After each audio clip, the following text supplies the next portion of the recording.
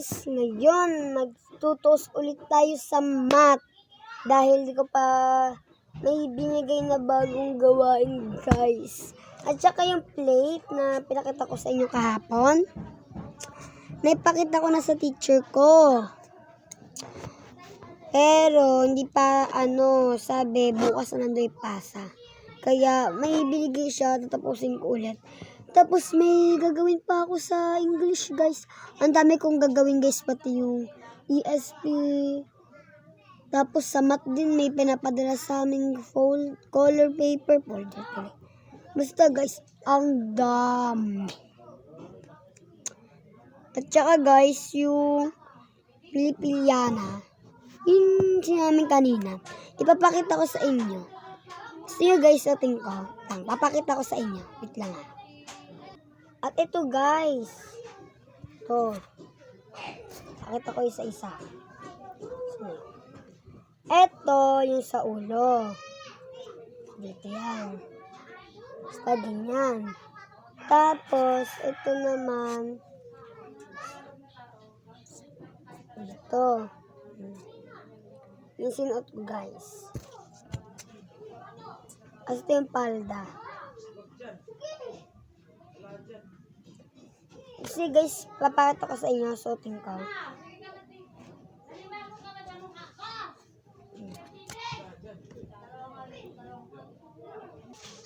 O yan guys.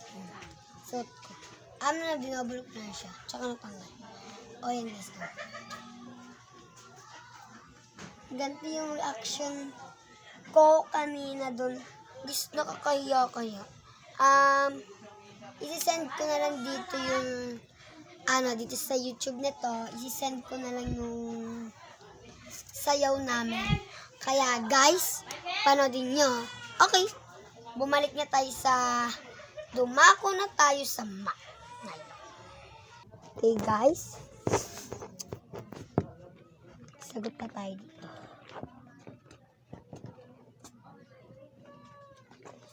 Dito sa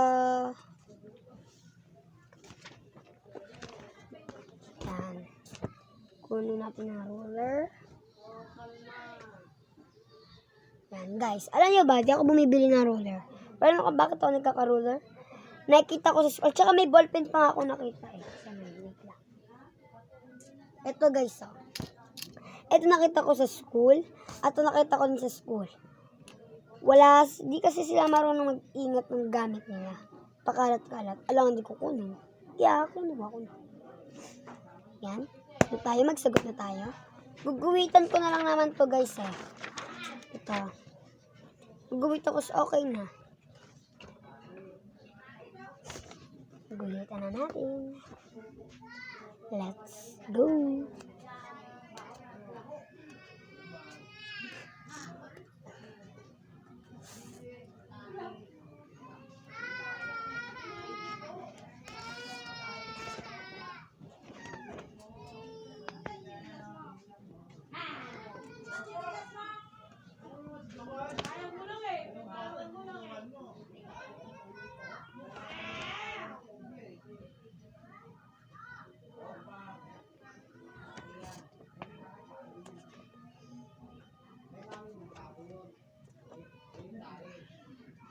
Okay guys, masyadong matatagalan tayo dito. Sige, may magagawin pa talaga kami. Nakakainis.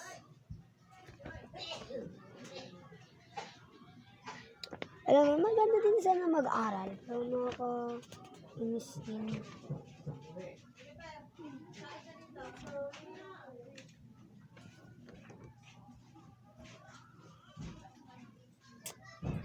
Napapakita ko sa ito yung mga namin dito. At guys, tapos na. Ayan na guys. Yan. Ginuwit ko na yun. Ginuwit ko na. Tapos ito yung sagot niyan. Okay, kita yun na. Dito naman sa module 2. Kasi nakakainis naman.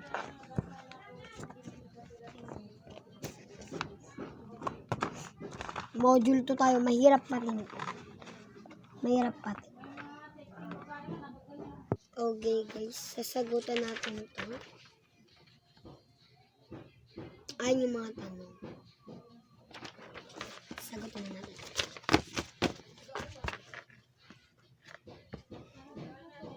Supplementary angles are adjacent angles.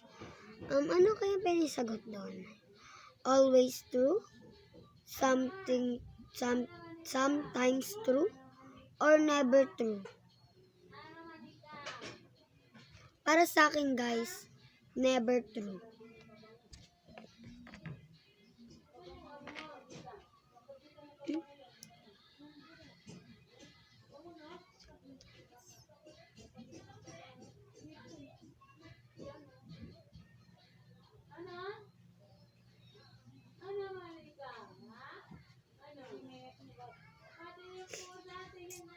Tingnan kaya natin sa ano.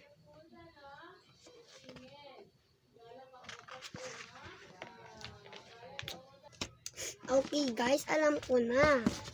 Sa number 1 is never true. Sa number 2, sometimes true. Sa number 3, never true ulit. Sa number 4, always true. Sa number 5, always true ulit. Sometimes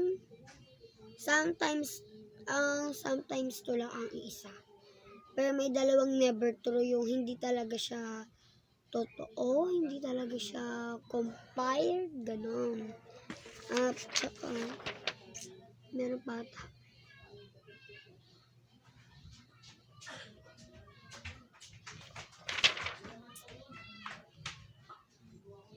Ay, may sasagutan pa guys.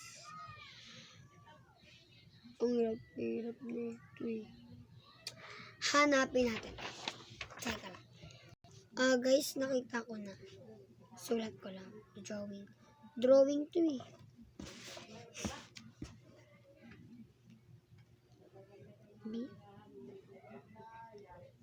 B.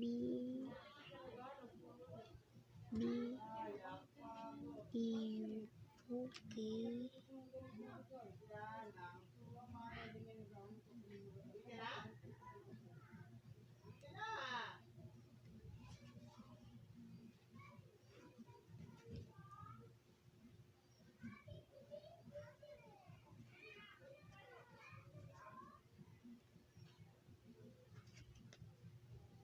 Oh, nasagutan ko din.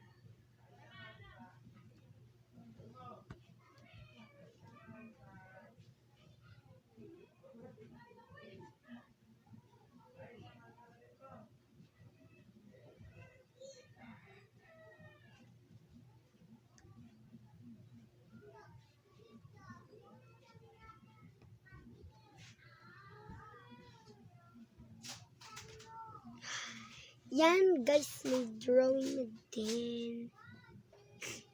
Ano ba yan? Ang hirap naman. Ganito. Find angle. Ito lang kaya ko.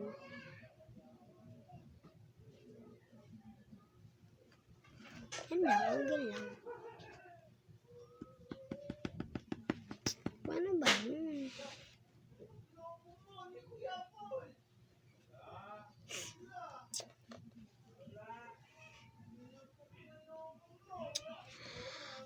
Guys, nakakaloka to.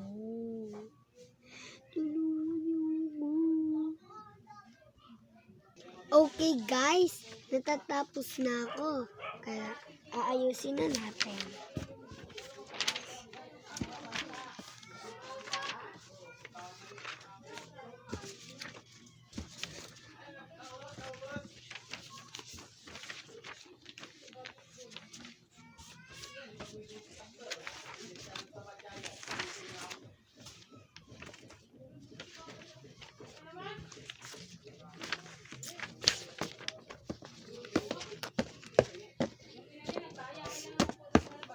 Okay guys, natapos na.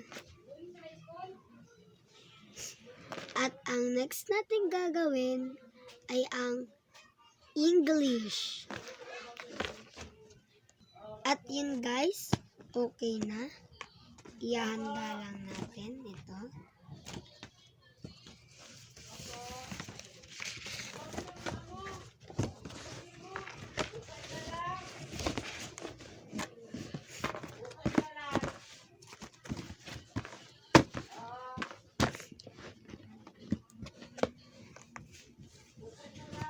Okay.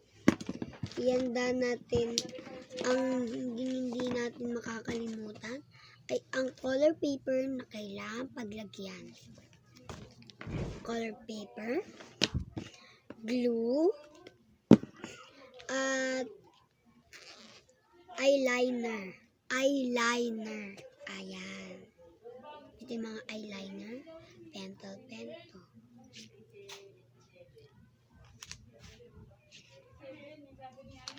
Yan ang mga eyeliner ko. And then, ball pen, syempre, di mawawala yan. Gunting, para pantayin natin ang paggugupit. At ang notebook ng English, kasi dito natin makukuha ang pwede nating gawing question at sagot. Okay guys, ang lugit ng ano. Pero guys, ang daming chips niyan.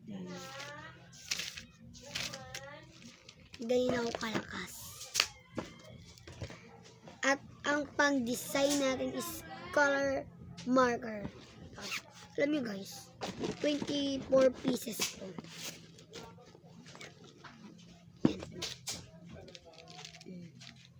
24 pieces yan. Pero alam nyo guys, yung ilan na lang ngayon. 22 na lang. May nawawalang dalawa. Yamlin guys. Si man ang hiram dito, hindi marunong magsauli ng maayos. Kaya nagkakanda kulang-kulang na ang aking color mark. Ayusin lang natin guys. Ayoko kasi magulo yung gamit ko. Tsaka gapon guys, nag-ayos na din ako ng gamit.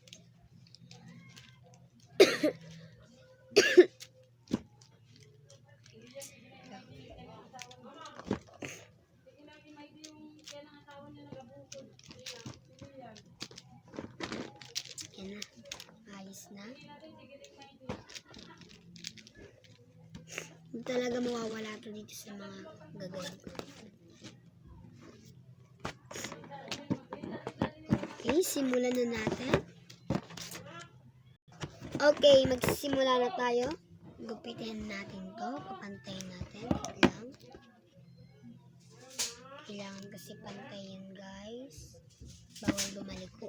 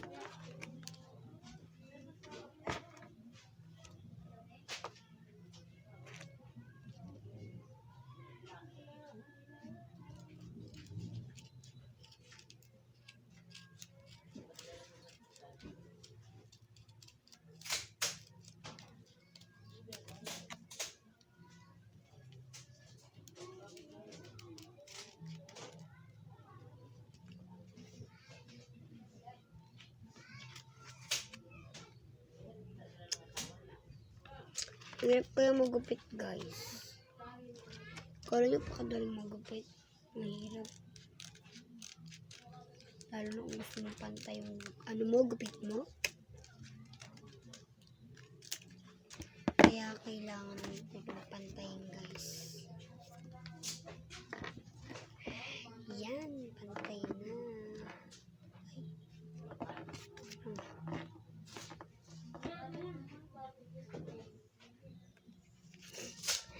Oh my God, nakakaano na ako guys. Ayusin lang natin. wala tayong stapler guys, kaya kailangan natin ng glue. Kaya naglabas ako ng glue, diba? Kasi yung gagamitin kong pandikit. Alam niyo guys, bukas ito ipapasa. Grabe 30 questions to.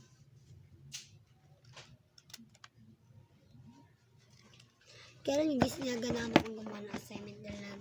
Bablog ako ngayon, video. Okay, kukunin natin ng glue para idikit na dito.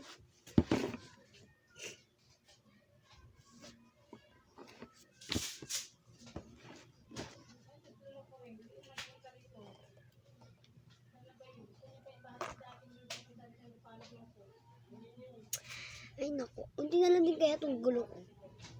Kasi ang dami nito nangiram sa school, pero hindi ko na sila pinaperan pag unti na lang yung ano.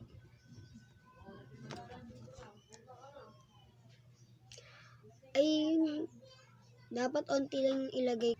Okay, natapos ko na. Yan. Nabubuksan na siya. At next naman, didesign na natin siya gamit ang color marker.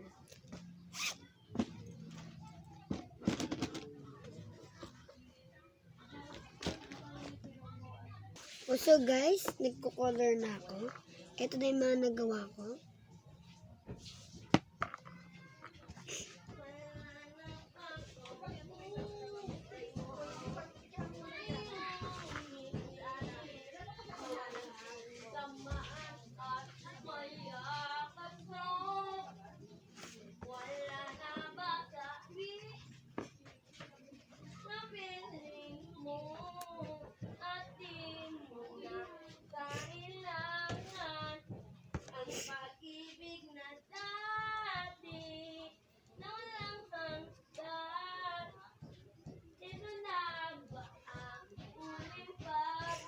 Ganda ng kanta, no? Baka biglang umulan.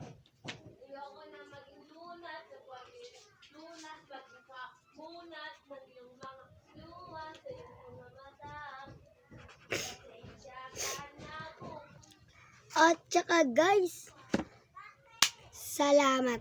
Natapos na rin ako sa pag-design ko. Tignan nyo guys. Wait lang.